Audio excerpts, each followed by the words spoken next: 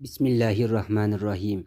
Allahümme inni es'elüke ya Allah, ya Rahman, ya Rahim, ya Rabbel alemin, ya Melik, ya Muhit, ya Kadim, ya Gadir, ya Alim, ya Hakim, ya Ali, ya Azim, ya Tevvab, ya Basir, ya Veli, ya Vasi, ya Kafi, ya Rauf, ya Bediu, ya Şakir, ya Vahid, ya Semi, ya Kaput, ya Basıt,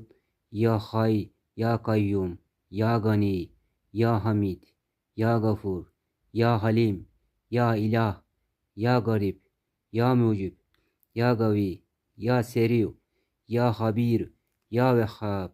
ya Gaim, ya Vahib, ya Sadık, ya Bais, ya Rakib, ya Hasip,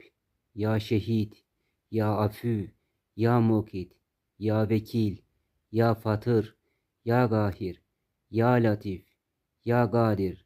ya Muhyi, ya Mümit, ya Nimel Mevla, ya Nimen Nasir, ya Hafiz, ya Mecid, ya Vedud, ya Zel Arşil Mecid, ya Fealin lima yurid, ya Kebir, ya Müteal, ya Hannan, ya Mennan, ya Varis, ya Şekür, ya Hallak, ya Gaffar, ya Kerim, ya Hak, ya Mübin, ya Nur, ya Hadi, ya Fettah, ya Gafir, ya Kabilet Tevb, ya Şedidel İkab, ya Zettav, ya Rezzak, ya Zel Kuvve, ya Metin, ya Ber, ya Melik, ya Muktedir, ya Zel Celali vel İkram,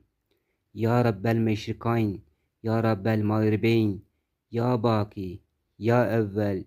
ya Ahir, ya Zahir, ya Batın, ya Kuddüs, ya Selam, ya Mümin, ya Müheymin, ya Aziz, ya Cebbar, ya Mütekebbir, ya Halık, ya Bari, ya Musavvir, ya Mübdiu, ya Muid, ya Ehad, ya Samet.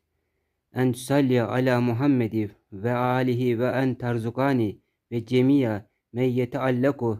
bi tamami niameke bi devamı